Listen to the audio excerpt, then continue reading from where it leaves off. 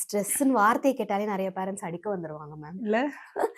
ஏன்னா அவங்க வந்து முதல்ல அந்த ஒரு புரிதலே இல்ல இல்ல. பேரண்ட்ஸ்க்கு. ம். ஒரு 35 இயர்ஸ்க்கு மேல ஸ்ட்ரெஸ்னா ஓகே. எப்படிங்க ஒரு 8 வயசு 9 வயசு பிள்ளைங்களுக்குலாம் வந்து ஸ்ட்ரெஸ் இருக்கும் அப்படின்னு தான் ஆரம்பிப்பாங்களே கவுன்சிலிங்க்கு கரெக்ட். வரவங்க. பிறந்த குழந்தையிலேருந்து ஸ்ட்ரெஸ் இருக்கும். இருக்கு. ஆமா. அந்தந்த மைல்ஸ்டோன் அச்சீவ் பண்ணணுன்ட்டு இருக்கும் பாத்தீங்களா?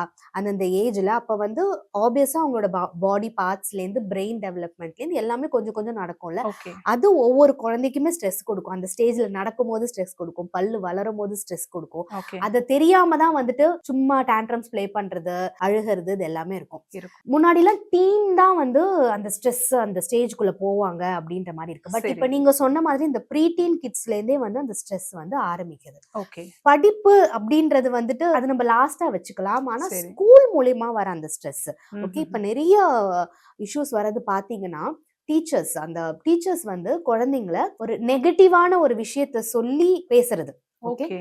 அதுவும் வந்து நமக்கும் நடந்திருக்கும். ஒரு ஒரு ஆமாமாமா. 35 பேர் ஒரு வகுப்புல இருக்காங்க அப்படின்னா, அந்த இடத்துல வந்து காமனா தானே திட்டுவாங்க. நீ ஆமாமா. வந்து மார்க் கம்மியா எடுத்துட்ட அப்படின்னா. பட் அப்ப நம்மளால அந்த ஒரு அக்செப்ட் பண்ணிக்க அக்செப்ட் முடிஞ்சது. பண்ணிக்க முடிஞ்சது. இப்ப வந்து அந்த குழந்தைங்களால அக்செப்ட் பண்ணிக்க முடியல. அதுக்கு கரெக்ட். ரீசன் நம்ம அந்த குழந்தைங்கள சொல்ல முடியாது. ஏன்னா சொசைட்டியே அப்படிதானே இருக்கு.